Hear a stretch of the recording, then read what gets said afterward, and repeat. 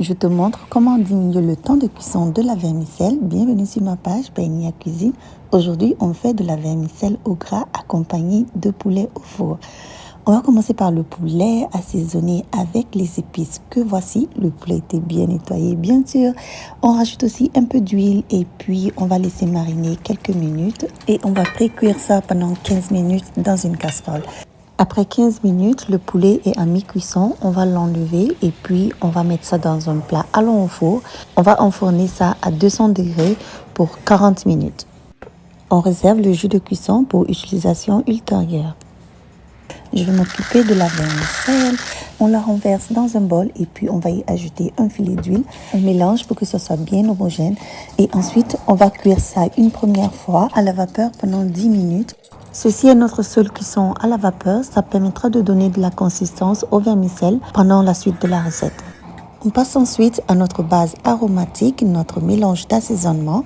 Pour ça, on va écraser du persil, quelques feuilles de menthe, ça va apporter de la fraîcheur.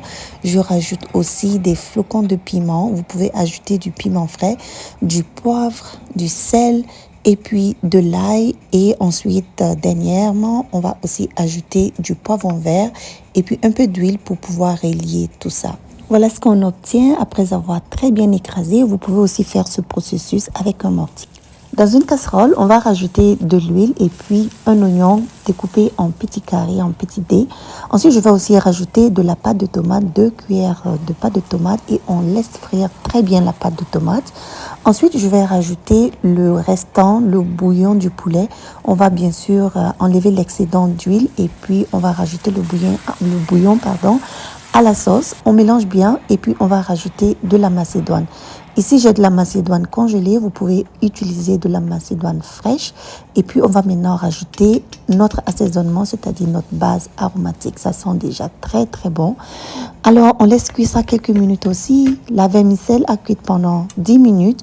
Je rajoute maintenant de l'eau bouillante. Je dis bien de l'eau bouillante. Et puis, on laisse reposer pendant 5 minutes. C'est ça qui permettra d'accélérer le processus de cuisson de la vermicelle. On y sort très, très, très bien. Pour que l'excédent d'eau ne rende pas notre sauce trop liquide. Et puis voilà le résultat obtenu. On va prendre ça maintenant et puis on va rajouter à notre sauce. On va mélanger très délicatement. Vous pouvez rectifier les assaisonnements au besoin, rajouter du piment ou des choses que vous aimez. Et puis ensuite, on va couvrir et laisser cuire encore quelques minutes. La vermicelle est prête. Je vais dresser ça avec le poulet sorti du four, un peu de salade et puis voilà, le repas est prêt en un rien de temps. J'espère que vous avez apprécié la recette. Dites-moi si vous essayez et ce que vous en pensez. Bye bye.